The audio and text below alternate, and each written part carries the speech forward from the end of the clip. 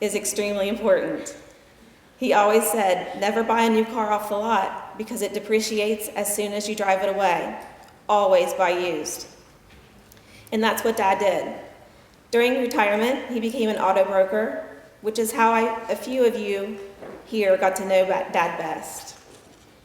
He loved going to the auto auctions. When I would explain to friends that I have a different car again, all I can say is Dad got a great deal on it at an auction. Dad became heavily involved with my grandfather in the Arabia Shriners Club. He was a very proud Mason. He enjoyed the Lions Club, the Sundowners Club, which is a social club in Fort Myers, Florida, for retirees who had their pilot's license and enjoyed flying. And he was a proud member of this church, in the Sanibel Community Church. Some of my fondest memories that stick out about Dad was the things he taught me to do.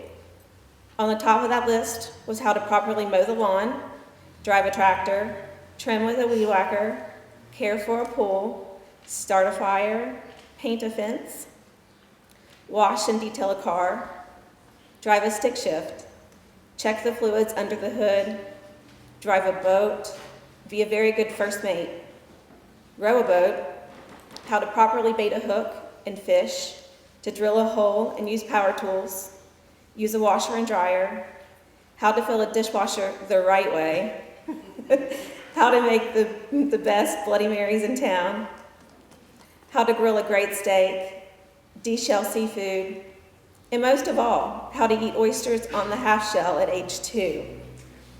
No need for saltines, just add extra lemon juice and horseradish to the cocktail sauce. Dip it in and down the hatch it goes.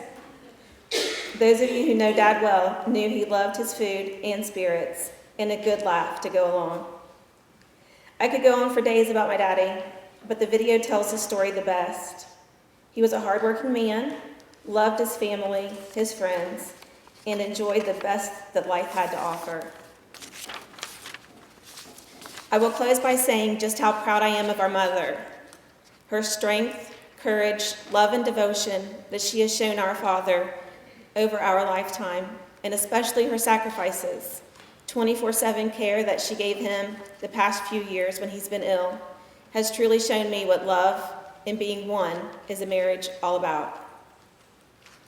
Before I close, I would also like to remember Dad's only sister, my Aunt Deanne Mullinnix Kennedy, who sadly passed away on April 6th of this year, as well as her son-in-law, my cousin Debbie's husband of almost 19 years, Mark Pardo, who died on May 23rd.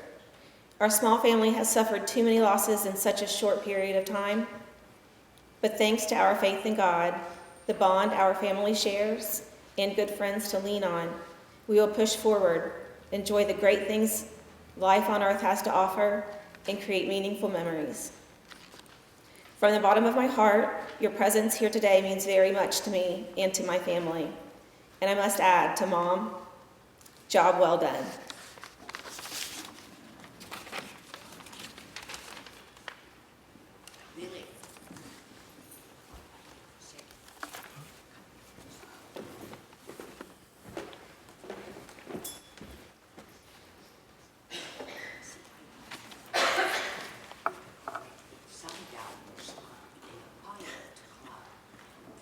Just a correct.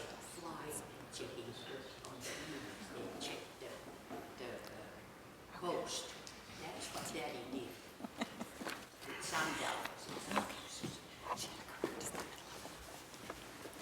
Okay, slight correction in our information. So the Sundowners Club is a social club in Fort Myers that it's a pilots club for retired pilots, and they fly private aircraft around the Gulf area looking for ships in distress, so they can basically pass the information along to the Coast Guard, is what it was. So thank you, Mom, for correcting us on that. I even Googled it. I mean, but Last time, Steve. thanks for that correction. Well, of course, everyone here knows that we're gathered to celebrate the life of my dad, our father, William. As many of you noticed in the slideshows, he's had a very, full life, a long and happy life. Though these images are simply fragments from his life, they have best described who he was. Most of you knew him as a friend or associate of some kind in the neighborhood, in the community. He's basically, to me, simply my dad. That's how I can describe him. Excuse me. He was my hero and my first true friend.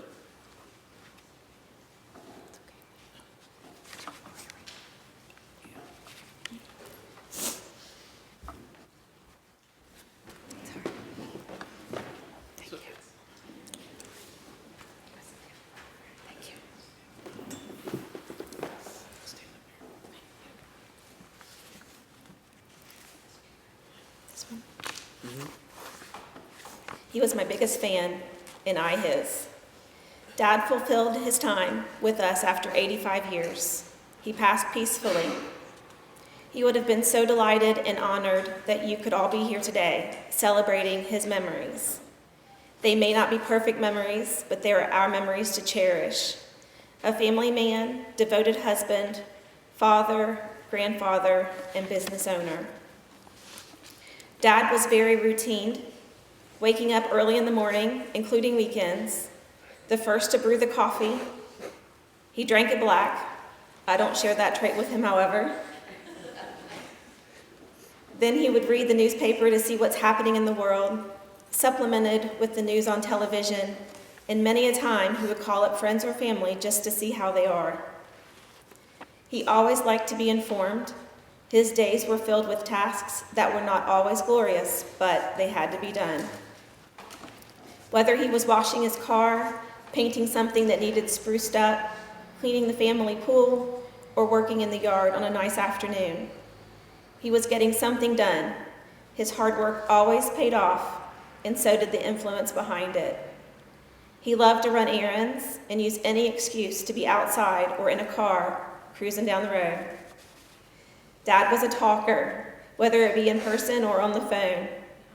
I always answered when he'd call, sometimes just to wake me up after a long night out, or just to make sure I get something done that was necessary.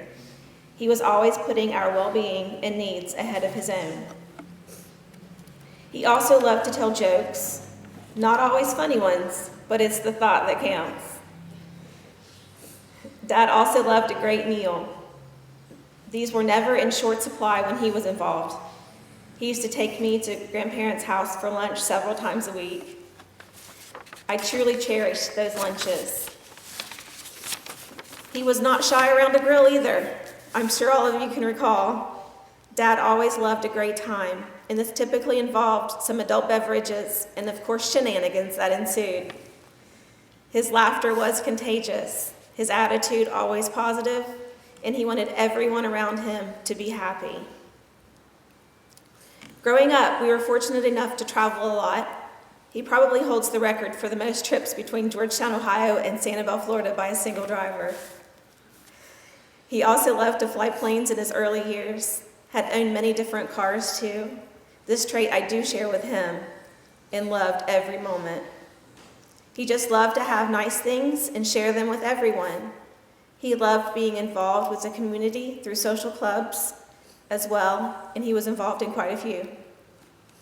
Endless parades, selling Christmas trees, and all of those spaghetti dinners. Anything that included friends, food, and fun, he was all for it. He was also privileged to have traveled to Finland more than 30 times and learned some of their culture, taking saunas, swimming in beautiful lakes, and drinking beer were just a few key ones. He also had the opportunity to visit our family starting point in France, something that even his elders were not fortunate enough to have done. No matter what he did, it was made fun by his presence. Taking care of his family through hard work and sacrifice was his mantra. My dad has impacted my life immensely. and still continues to do so through his lessons. I try to carry that on with my own kids, being tender and tough, not tough and tender. His words still echoed in my mind, and knowing just how much he had done to make our lives great is the legacy that I want to celebrate. Seeing everyone here today is a reminder of the impact that he made, life's cherished moments.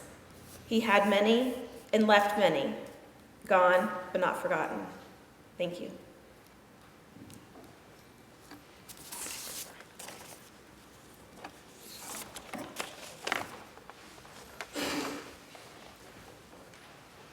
Dave McMullen is going to speak now, so thank you. Right here?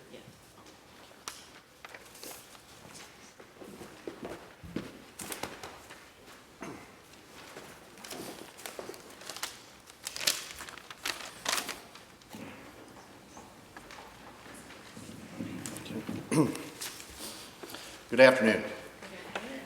And we're here to remember Bill, so it is a good afternoon. There aren't very many bad memories when it comes to Bill. I just wanted to share a couple quick stories with you. Right now, I feel like I should be standing in front of you in a white linen jacket. I went to visit Bill in Sanibel. Kara and I were down with the fellas, and we had a wedding that we were going to attend. And I had my normal suit, ready to put it on, go to the wedding, and Bill came out and showed me this white linen jacket that he absolutely loved. This doesn't fit me anymore. He says, try this on, try this on. I tried it on. I liked it a lot. And Bill said, well, if you like it so much, you need to wear that to that wedding tonight. I said, well, Bill, I don't know if that's really appropriate. He says, make you happy? And it did. And I wore it. And I had the best time anyone could ever possibly have. And Kara will tell you, though she was not a fan, I loved that white linen jacket. And Bill might be a little disappointed that I'm not wearing it today, but I would feel okay letting you know that the last time I saw that jacket, Bill, I was dancing on a boat. And it's probably still bouncing around Sanibel somewhere. And I think that might make Bill smile. When Kara and I spoke right after Bill passed, she was noticeably upset, as was I. And we got to talking a little bit. And I said to her, I said, well, we both know that Bill's in a better place. Because the first thing that happens is you greet St. Peter. And even if there's an issue, if anyone could talk their way into any place, it was Bill Mullinnix. So I'm not sure how that conversation went. I'm not sure how long it lasted. But I'm sure Bill won in the end. And right now, Bill's looking down on us. I also told Kara, I said, when I think about what Bill's doing right now, I mean, to me, that's easy. That's a no-brainer. Bill's sitting on a cloud right now. Well, the guy floating by him, and he's going, hey, buddy, you see that cloud over there? I can get you that same cloud with 5,000 miles less on it, and I could probably get that for you in either pearl or eggshell. And it'll be the best cloud you ever rode. I've got a deal for you. And I'm pretty sure that's what Bill's doing now. We shared a lot of great times, a lot of great laughs. We had a fabulous, fabulous time together. And I really cherish the time that I got to spend with Bill and the time that our boys got to spend with Bill. And if you ever wonder if that salesman is gone, you have not met Hayden Brook. He will sell you anything, anytime.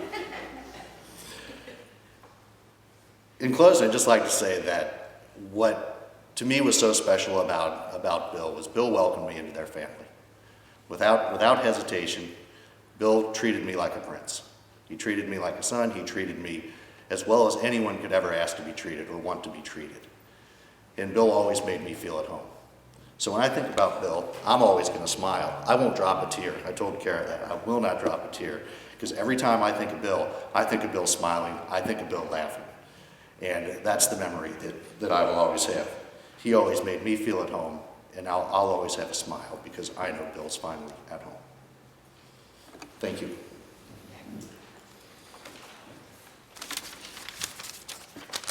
Dr. Daniel